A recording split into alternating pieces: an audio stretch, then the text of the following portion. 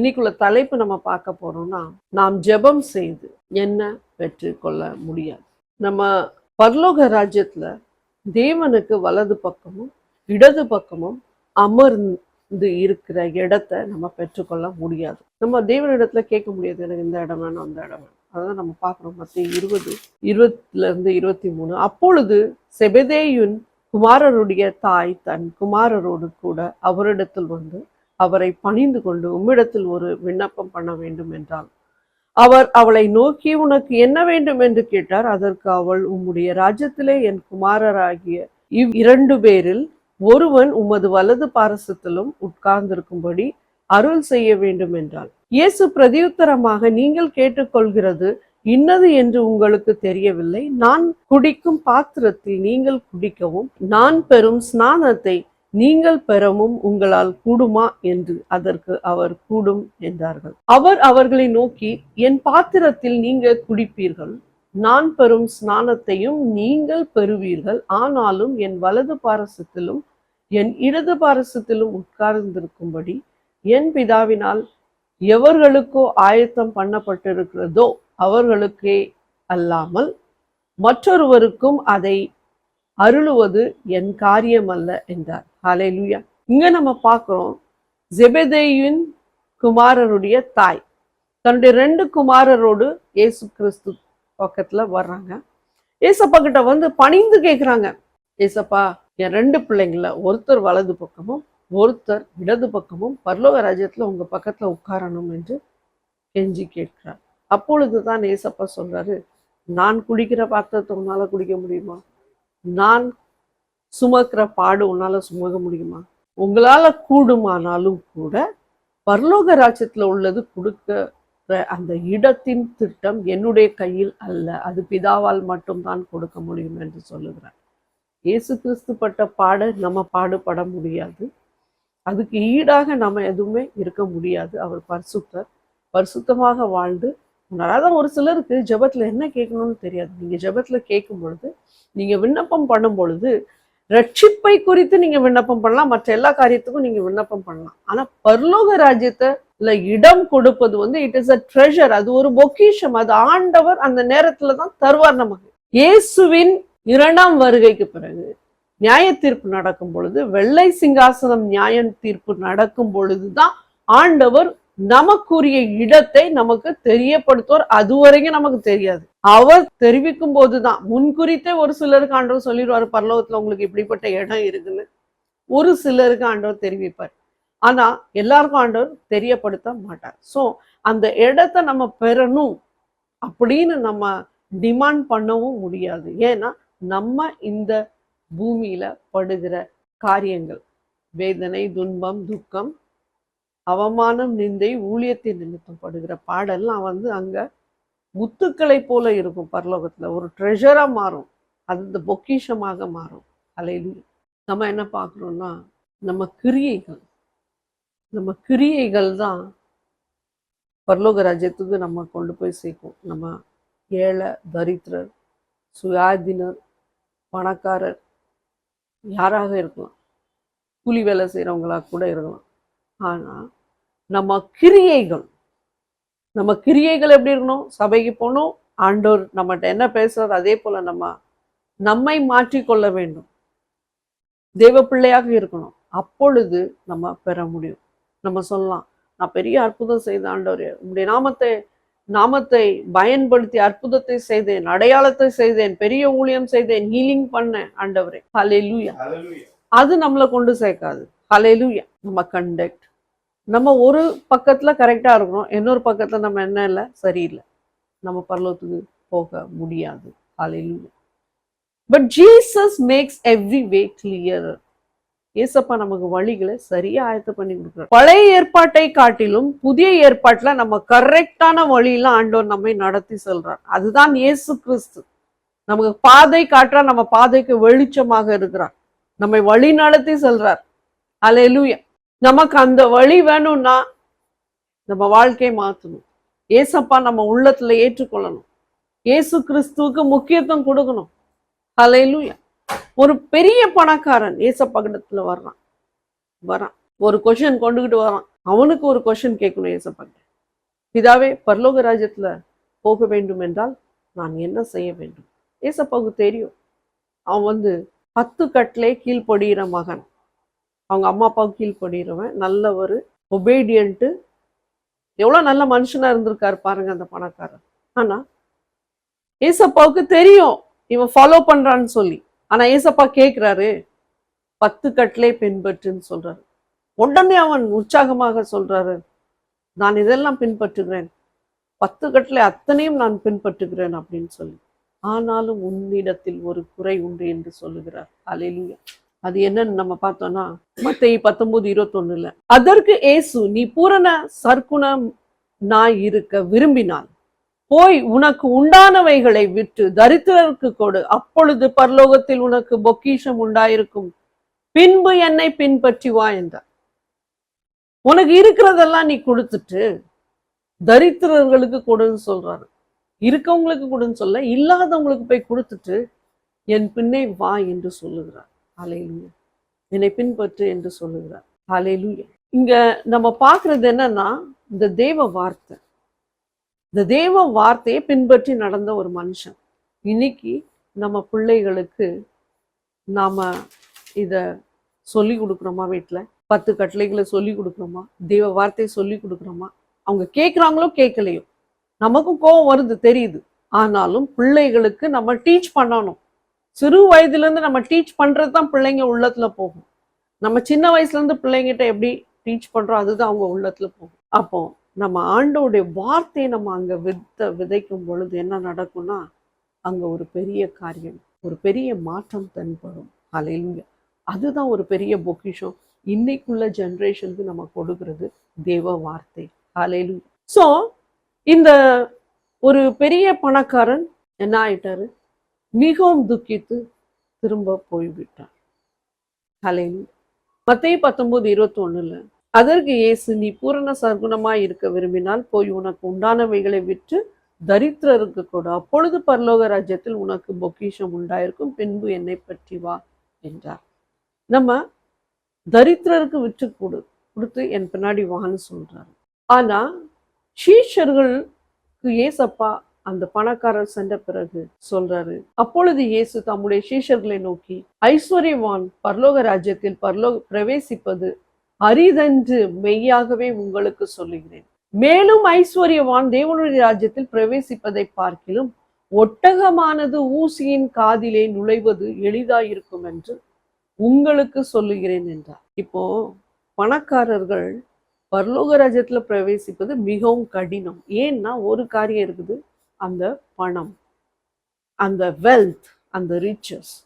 அதனாலதான் பரலோகத்துக்கு போக இடரலாக இருக்கும் என்று தான் சொல்லுகிறார்.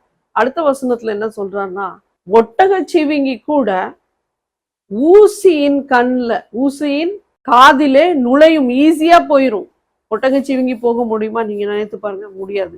அப்படின்னா முடியாத காரியங்கள் கூட முடியும். கடினமான மனிதர்கள் கூட தேவராஜ்யத்துல பிரவேசிக்க கூடும். ஆனா இந்த பணக்காரர்களுக்கு அதை காட்டிலும் பெரிய கடினம்னு சொல்றார். மிகவும் கடினம் அப்படின்னு சொல்றார். ஹல்லேலூயா. ஹல்லேலூயா. ஸோ இந்த சீஷர்கள் ரொம்ப சர்ப்ரைஸ் ஆயிட்டாங்க. என்னதான் நடக்கும், என்ன ஆகும்? அப்போ யாருமே பரலோக ராஜ்யத்துக்கு போக முடியாது போல, இவ்வளோ கடினமாக இருக்கிறது இந்த டீச்சிங்ஸ் அப்படின்னு சொல்லி கேட்குறாங்க. என்ன ஆண்டவரே அப்படின்னு சொல்லி. அப்போ ஏசப்பா சொல்றாரு, மனுஷனால் கூடாதது தேவனால் கூடும். நம்மால் நம்மை மாற்ற முடியாது, பரலோக ராஜ்யத்துல பிரவேசிக்க தேவனால் மாற்றக்கூடும். ஹல்லேலூயா. ஹல்லேலூயா. 3 விதமான காரியங்களை இதுல குறிப்பிட்டிருக்கிறார். முதல்ல என்ன சொல்றாருன்னா, 10 கட்டளைகளை பின்பற்றுன்னு சொன்னார். 2வது என்ன சொன்னார்னா, உன்கிட்ட இருக்கிற சொத்தெல்லாம் நீ என்ன பண்ண, ஏழைகளுக்கு விற்று கொடுத்துட்டு வான்னு சொல்றாரு. 3வது சொல்றாரு, என்னை ஃபாலோ பண்ணுன்னு சொல்றாரு, என்னை பின்பற்றி வான்னு சொல்றாரு, என்னுடைய சீஷனா மாறுங்க என்று சொல்றாரு. ஹல்லேலூயா. அந்த பணக்காரன் பார்த்தீங்கன்னா அந்த 2ஆம் தருணத்துல அவர் என்ன ஆயிட்டாரு? டிசப்பாயிண்ட் ஆயிட்டாரு, ஃபெயில் ஆயிட்டாரு. அவரு சொத்தை விற்கணும்னு சொல்லும் போது இது மிகவும் கடினமாக இருக்கிறது என்று சொல்லி அவர் அதை விற்று வந்தார். ஹல்லேலூயா. மனுஷனால மாற முடியாது, நம்மால் மாற முடியாது. ஆனா தேவனால் மாற்ற முடியும். கடினமான இருதயத்தை இலகுவாக ஆண்டவரால மாற்ற முடியும். பணக்காரர்களை கூட தேவனால் மாற்ற முடியும். அதுக்குதான் ஆண்டவர் சொல்றாரு. அதான் ஆண்டவர் சொல்றாரு, நீங்க 2 காரியத்தை விரும்ப முடியாது. தேவனையும் பணத்தையும் விரும்ப முடியாது. ஆனா நீங்க ஒன்றை விரும்பி மற்றொன்றை என்ன பண்ணோம்? வெறுப்பீர்கள். ஒண்ணு தேவனை நேசித்தீங்கன்னா உலக பிரகாரமான காரியங்களை வெறுப்பீங்க. இல்லாட்டி உலகத்தை நீங்க நேசித்தீங்கன்னா தேவனை வெறுப்பீங்க. அதுதான் ஏசப்பா நமக்கு சொல்றார். தேவன் நம்மகிட்ட சொன்ன ஒரு வார்த்தை என்னன்னு நம்ம பார்த்தோம்னா, நம்ம தேவனையும் பணத்தையும் நேசிக்க முடியாது. ஒண்ணு நேசித்து மற்றொன்றை வெறுக்கணும். கடவுளை நேசிச்சா பணத்தை வெறுக்கணும், பணத்தை நேசிச்சா கர்த்தரை வெறுக்கணும். Hallelujah. But it can become a possibility for a rich man to enter in heaven. ஒரு பணக்காரன் பரலோக ராஜ்யத்துக்கு பிரவேசிக்க வழி உண்டு. வெளிப்படுத்தல் 21:24 நம்ம பார்க்கிறோம். ராஜாக்கள் தேவனுக்கு மகிமையை கொண்டு வர்றாங்க. ரட்சிக்கப்படுகிற ஜனங்கள் அதன் வெளிச்சத்திலே நடப்பார்கள். பூமியின் ராஜாக்கள் தங்கள் மகிமையும் கனத்தையும் அதற்குள்ளே கொண்டு வருவார்கள். இப்ப இங்க பார்க்கும் பொழுது பூமியின் ராஜாக்கள்னு சொல்லப்பட்டிருக்கு. சோ ஆண்டவர் ராஜாக்களை தேர்ந்து வைத்திருக்கிறார். பரலோகத்துல அவங்களுக்கும் இடம் உண்டு. அதுதான் நம்ம சபைகள்ல நம்ம பார்க்கிறோம். வெல்தியஸ்ட் சர்ச் கூட இருக்குது. சோ இந்த ராஜாக்களுக்கு பரலோக ராஜ்யத்துல பிரவேசிக்க ஆண்டவர் வழிகளை ஆயத்தப்படுத்தி. ஆனா பணக்காரர்கள், ஏழை, தரித்திரியர்கள், சுயாதீனர்கள், லேம்ஸ், ஊனமற்றவர்கள் இவங்கெல்லாம் போக முடியாது. இல்ல ஏதாவது பலவீனம் இருந்தா நம்ம போக முடியாது, நம்ம சொல்ல முடியாது. நம்ம என்ன சொல்ல முடியாது? இவங்க பரலோகத்துக்கு பிரவேசிக்க முடியாது என்று சொல்ல முடியாது. ஏன்னா ஆண்டவர் அதை சொல்லலை. வெளிப்படுத்தல் 21:8 நம்ம பார்க்கும் பொழுது என்ன தென்படுதுன்னா, அங்க கொவோடு பிரவேசிக்க மாட்டாங்க. அவிசுவாசிகள், விபச்சாரர்கள், சூனியக்காரர்கள், விக்கிரக ஆராதனைக்காரர்கள், பொய்யர்கள் பரலோக ராஜ்யத்துல பிரவேசிக்க முடியாது. இப்படிப்பட்ட கொள்கைகள், இப்படிப்பட்ட கேரக்டர்ஸ் உங்க வாழ்க்கையில இருந்துச்சுன்னா நீங்க பரலோக ராஜ்யத்துல போகவே முடியாது. அதுதான் தீட்டுப்படுத்துகிற எந்த காரியமாக இருந்தாலும் டிஃபைல்மெண்ட். நம்ம இருதயத்துல இருக்கிற இப்படிப்பட்ட காரியங்கள் ஒரு மனுஷனை இப்படி மாற்றி விடுகிறது. இப்படிப்பட்டவர்களுக்கு பரலோகத்துல இடம் இல்லைன்னு சொல்றாரு. ஆனா பணக்காரர்களாக இருக்கலாம், ஏழையா இருக்கலாம், எல்லாருக்கும் தெய்வ வார்த்தை வருகிறது. அவங்க அதை பெற்று அதில் மாற்றப்பட வேண்டும். ஹல்லேலூயா. ரொம்ப நாளுக்கு முன்பதாக நான் ஒரு சொப்னத்தை பார்த்தேன். ஏன்னா இந்த ராஜாக்களை பத்தி சொல்லும் பொழுது ஆண்டவர் எனக்கு அந்த விஷன் மாதிரி காட்டினாரு. தெய்வக்கரம் வருது, அந்த ஒரு வால் சுவற்றை காட்டுகிறார். அதுக்கு முன்பதாக நம்ம பார்க்கும் பொழுது அதுல ஒரு போட்டோ இருக்குது. அந்த போட்டோல பார்த்தா எல்லாம் பழைய பொலிட்டீஷியன் லீடர்ஸ் இருக்கிறாங்க. அது அப்படியே தேவன் அந்த பிக்சரை திருப்புறாரு. அது அப்படியே போயிருது. போனோடனே பார்த்தா எல்லாம் புதிய அரசியல்வாதிகள். ஸோ ஆண்டவர் சொல்றாரு, ப்ரே ஃபார் தம் அப்படின்னு சொல்லி. எனக்கு அந்த சொப்னத்தை பார்க்கும் பொழுது புரியவே இல்லை. ஆண்டவர் ஏன் அந்த கரத்தை நீட்டி இவர்களுக்காக ஜெபம் பண்ணு என்று சொன்னார் என்று சொல்லி. ஸோ ஆண்டவர் எல்லாரையும் நேசிக்கிறார். எல்லாருக்காக ஜெபிக்கணும்னு தான் சொல்றார். எல்லாம் ரட்சிக்கப்பட வேண்டும் என்றுதான் அவருடைய விருப்பம்.